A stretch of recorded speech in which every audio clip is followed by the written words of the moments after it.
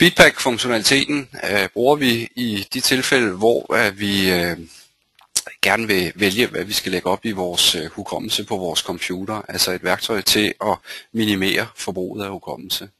Et lille eksempel er det, jeg har her på min PowerPoint, hvor I kan se, at vi har en model på lidt over 6.200 parter.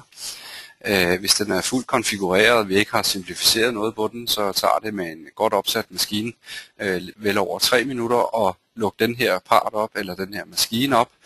Hvis vi lukker den op som lightweight, så reducerer vi kraftigt på tiden, altså 1 minut og 13 sekunder.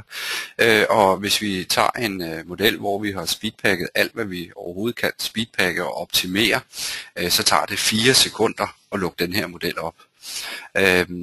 Det er jo selvfølgelig en klar fordel. Lad os lige prøve at gå over og åbne en model i SolidWorks. Den model, som vi går ind og vælger nu, er ikke speedpacket sådan fuldt ud. Det er sådan, man vil arbejde med den normalt.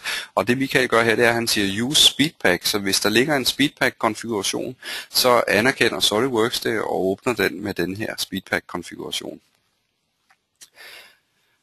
SolidWorks går nu i gang, og I kan se ret hurtigt har vi previewet på skærmen. Speedpacken gør jo altså det, at den vælger, hvad der skal uploades til memoryen, og hvad der ikke skal uploades til memoryen, afhængig af, hvad vi har gjort os af valg, da vi lavede vores konfiguration.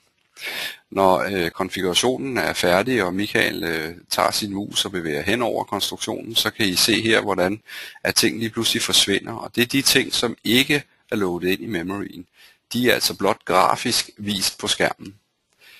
Hvis vi går over og markerer herover, så kan vi gå ind og lige markere 2 linjer og højreklik, og så har vi en mulighed for at sige Set Speedpack to Parent.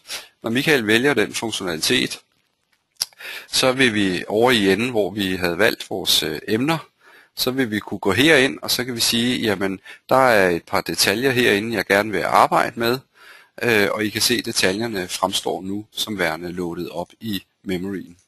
Og det er det, der er hele fidusen ved Speedpack, det er at vælge, hvad der skal være i memoryen, og hvad der ikke skal være. Michael kan lægge det tilbage igen ved at sige, at nu vil vi gerne bruge Speedpack, og så har vi gemt det hele tilbage igen.